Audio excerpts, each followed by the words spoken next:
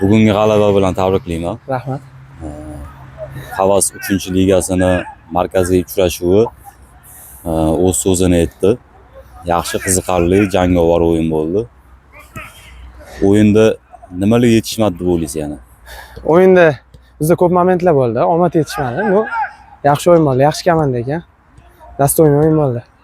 FK92 yaxshi komanda, o'shaning uchun ham markaziy uchrashuv deb biz tayinlagan edik. Yana keyingi o'yinlarda ham omad tilab qolamiz sizlarga. Yangi jamoada o'ynash qanaqa hissiyotlar beryapti? Muhit qanaqa ekan? Muhit вообще zo'r. Komanda yaxshi. Yaxshi bolalar yig'ilgan ekan. Maza qilib o'ynayman komandada. Progress jamoasidan ketishga nima sabab bo'ldi? Progressdanmi? Endi bilmadim. Bu komandada Shama o'ynayotgani uchun Shama chaqirdi o'shanga. Birga o'ynaymiz dedi. Shamani o'zi yo'q ekan. Shama qizil olgan-ku, qizil berib o'rgansiz. Yaxshi, keyingi o'yinlarda omad tilaymiz. Rahmat. Salomat bo'linglar, rahmat.